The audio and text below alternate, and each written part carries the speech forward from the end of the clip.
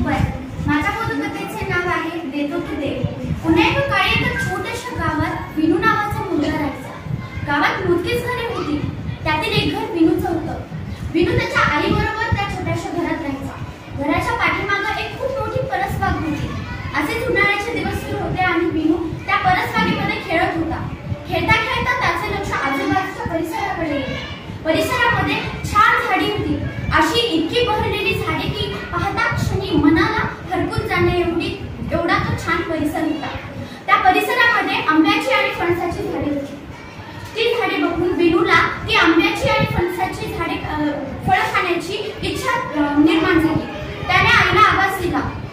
आई धावतच आली, कारण की विनू छोटा होता. आईला वाटले की विनू कशाला घाबरलाच काय की. आई आल्यानंतर विनूची विचारपूस करायला लागली. विनू म्हणाला, आई मला काही झाले नाही, मला ही फळे खायची. आई म्हणाली, तुला फळेच खायची ना, चल मध्ये तुला फळे कापून देते. पण विनूला मात्र त्या झाडावरची फळे खायची होती. विनू म्हणाला, आई घरातली फळं नाही, मला या झाडांवरची फळं खायची आहे. आई म्हणाली, बाळा अजून ती कच्ची आहे. पण विनू मात्र त्याच्या हट्टावरच होता. विनूला ती फळं खायचीच होती. काही सांगितलं तो ऐकेना, काही सांगितलं तो समजेना. विनू रडत होता. विनू खूप हट्ट करत होता. आई म्हणाली, बाळा अजून ती पिकलेली नाहीये. मग विनूला आईने एक छोटीशी कथा सांगितली. आई म्हणाली, एक असंच गाव होतं आणि त्यामध्ये एक फणसाचं झाड होतं. त्या फणसाच्या झाडाला छोटी छोटी फणसे लागलेली होती. आणि एकदा असाच एक शिकारी होता. त्याला भूक लागली, त्यामुळे त्याने ते छोटंसं फणस तोडलं आणि तो खायला लागला. पण खाता खाता काय झालं, त्या फणसाला राग आणि त्याचे जे काटे असतात त्या बाजूचे ते त्याने त्या शिकाऱ्याच्या हातात घुसले. मग काय झालं असा विनूने प्रश्न केला. आई म्हणली, त्याचा हात दुखावला, त्याला लागलं. मग विनूला मात्र भीती वाटली बरं का फणसं खायची. म्हणाला, आई असं होतं का गं, कच्चे फणसं खाल्ल्यानंतर मग मी खाणारच नाही. आणि विनू उदास मनाने खेळायला लागला. अशीच खूप दिवस उलटली बरं का. आणि विनू असाच त्याच्या मित्राकडे खेळायला गेला होता. खेळून झाल्यानंतर विनू घरी आला. घरी आल्यास बघतो तर काय, आई छान मोठं लसलशीत फणस कापतीये. फणसातील रसा गरे वेगवेगळ्या द्रोणात काढून ठेवतीये. विनूला मज्जाच आली. विनूला वाटलं, आता आपलं पोट उपाशी, आपल्याला एकतर भूक लागली, समोर इतके छान रसा गरे ठेवलेले येतं, जावं आणि खावं. तो गेला आणि हात पुढे घातला. आईने त्याच्या हातावर जोरात चाकू मारली. आता विनू थोडासा उदास झाला. नंतर फक्त घेतच होतो, त्यात मारायचं कसं.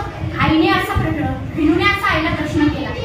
आई म्हणाली, वेड्या आधी तू खाणार, आधी हातपाय धुवून ये. आधी तो हातपाय धुवून आला. आल्यानंतर त्याने परत द्रोण घेतलं.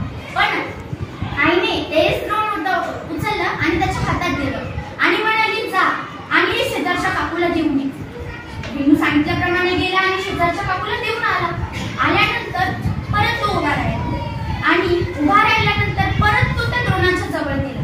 आईने उरलेली 4-5 जी द्रोणं होती ना, ती पण त्याच्या हातात दिली आणि म्हणाली, जा आणि गावकऱ्यात वाटलं. आता मात्र विनूला थोडासा राग आला. म्हणाला, आपलीच परसबाग, त्यातील आपलीच झाडं आणि आपणच सर्वात शेवटी ती फळं खायची, असं का.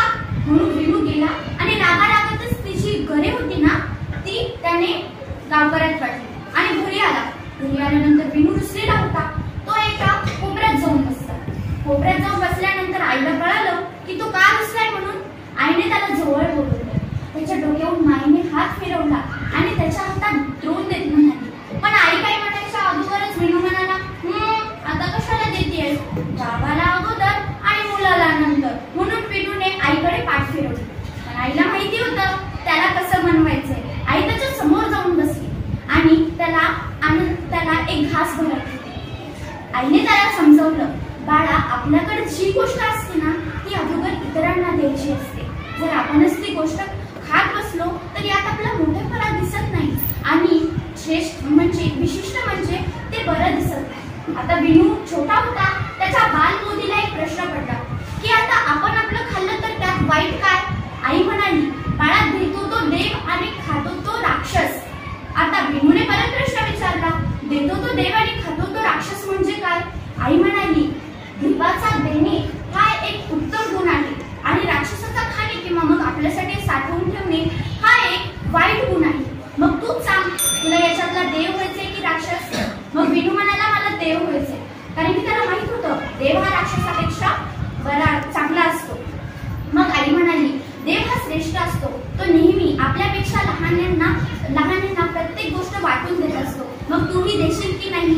मग विनूची समजूत निघाली आणि विनू म्हणाला हो. तुम्हाला माहितीये का बालमित्रांनो, ही गोष्ट कोणाची आहे? ही गोष्ट आहे महात्मा गांधी यांच्या उत्कृष्ट आणि आवडत्या शिष्याची, म्हणजेच विनोबाजी भावे यांची.